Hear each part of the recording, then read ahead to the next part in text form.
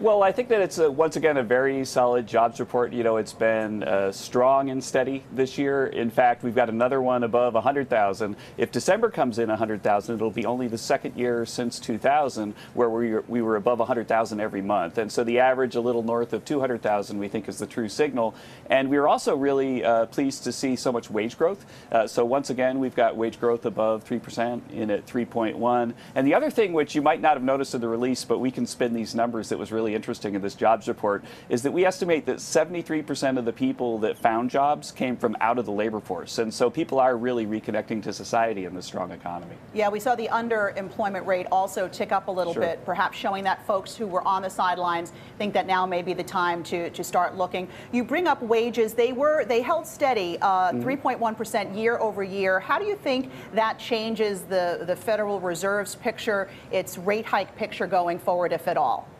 Well, you know, I have to respect the independence of the Fed, and I would, you know, not want to appear to give them advice. The one thing I can say is that, you know, we've been on this show a lot, you know, going back more than a year, and when we were talking about the tax cuts, we were saying that if we pass the tax cuts, then we'll get an investment boom, and that'll be a supply side shock, which will increase output, but not necessarily increase inflation. And it looks like that's pretty much come true. We've had a lot of capital spending this year, and our estimates of inflation, like PCE deflator, that we follow closest, are actually heading down a little bit over the last few months. Hey, Kevin, Rick Newman here in the studio.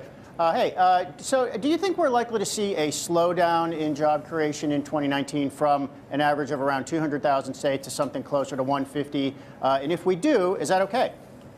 You know, for overall GDP growth last year at this time, we said that this year would be 3.1. If we get about 2.5 of the fourth quarter, then we'll have nailed it, which almost never happens, right? And so if you look at our 10-year forecast, we expected next year to be about 3.2. And I think that, you know, implicit in that 3.2 is that we continue to have job creation about what we had this year. And the good news is that in order to do that, as you know, we got to pull people into the labor force. And the fact that 73% of the people that were new hires came from out of the labor force suggests that, you know, there is a lot of momentum, the stampede back into the labor force, that could carry job creation higher. But if we don't get people back into the labor force at the rate that we're doing right now, you're exactly right, then job creation would have to drop down around 150 or even a little less. You mentioned capital spending earlier. We've actually seen a slowdown in business spending, especially in the third quarter GDP report. That's important. That capital expenditures is important to your outlook for wage growth, Sure. especially as it transitions from corporate profits to paychecks. Are you concerned about that slowdown in business spending, and what do you think is going to happen in early 2019?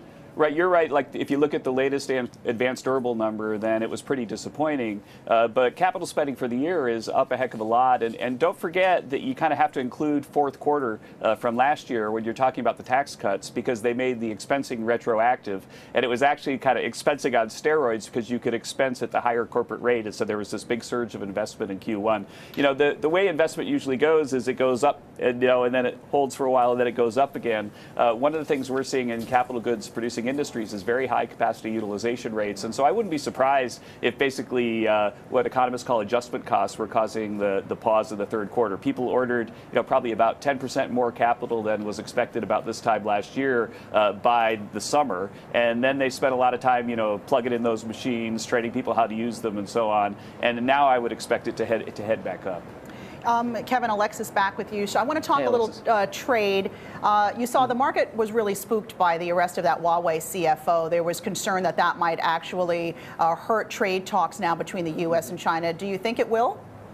You know, I was speaking with the president about this yesterday, that he and President Xi have made an enormous amount of progress. They were in a meeting down in Buenos Aires that lasted, you know, close to 4 hours, and they are both moving forward and ordering their staffs to move forward with an aggressive trade deal. And so I don't think that, really, if you think about it, in the end, I'll just say it a different way. I'll start my sentence over. In the end, what has to happen is that China has to, you know, enter the community of nations and start adhering to, like, intellectual property protections and so on. And there are a lot of accusations that, you know, I haven't, you know, I'm not here to comment on for the administration about what Huawei may or may not have been doing. And, you know, if we're just enforcing the rules, enforcing the law, then that's kind of one of the things that's a demand for us. But absolutely, we're still moving full speed ahead with the trade talks, and we're very optimistic about it. And the president, again, spoke about that with us yesterday around lunchtime.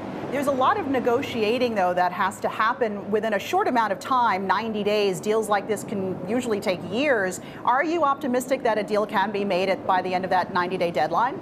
Right, yeah, it's, it looks like it's a short deadline, but don't forget that it's pretty easy to think about what needs to happen. And so if there's a 25% tariff on something that needs to go to zero, then it takes 2 minutes to decide to do that, right? And so it is true that negotiating trade deals can be complicated when you're talking about non-tariff barriers, but a lot of our asks are very, very simple things that, in principle we could agree to today and work out a document tomorrow. Kevin, you just mentioned you talked with the president yesterday. He obviously pays attention to the stock market. What does he say about the effect that his trade policies are having on the stock market and the uncertainty that's creating? There's pretty clearly a direct correlation. We see stocks go down when they're worried that there's going to be a trade war, and then when they think there's not going to be a trade war, there's a relief. What does he think about that? Well, I'll let the president speak for himself, but the one thing I can say is that he and the rest of the team, we're all confident that as we make progress on trade, that's going to be really good for markets because it's going to improve the global economy. And so as we reform trade policy, as we get China to respect the intellectual property of U.S. firms, then that should be really good for markets. So put it in perspective this way. Last year, the economic report of the president, we estimated that China might have stolen, in the most recent year we had data, about $500 billion worth of U.S. intellectual property through IP theft and hacking and forced technology transfer. If that were to stop, then that's should increase the value of U.S. firms quite a bit. And I think that, again, the talks are proceeding very well, and I think there should be a lot of market expectation that things that were subtracting value from U.S. equities those practices will stop. Kevin, what do you make of all this stock market volatility? I mean, the last time you and I spoke, we were talking about Dow 30,000. Now the Dow's, just below 25,000. Well, things go up and things go down, and I think that the big news relative to maybe the last time that you and I talked about it is that the global economy has slowed quite a bit compared to what we thought even last summer. And so Asia's slower, Europe is slower. The U.S. economy is still, as we saw today, kind of chugging along, but the rest of the global economy isn't. And, U.S. multinationals, their profits matter for stock valuations, and they sell stuff all around the world. Now, why is Europe slowing? They've got, uncertainty over Brexit is hurting their capital spending. There's a sort of debt problem in Italy. Europe is an exporter to China, which is slowing down too, perhaps because of our trade dispute. And so there are a lot of factors driving the global economy right now, and they've been driving the global economy south. And so the interesting thing is that when I was at the OECD meeting in Paris last spring, everybody was talking about how there's this global boom. And so therefore the boom in the U.S. must have nothing to do with Trump policies, well, some of the representatives were saying. But now the U.S. is still doing well, but the other countries are not. And I think so, really it's because our policies have given us a shot in the arm right when we needed it. Kevin, real quickly here at the end, stocks are basically flat this year.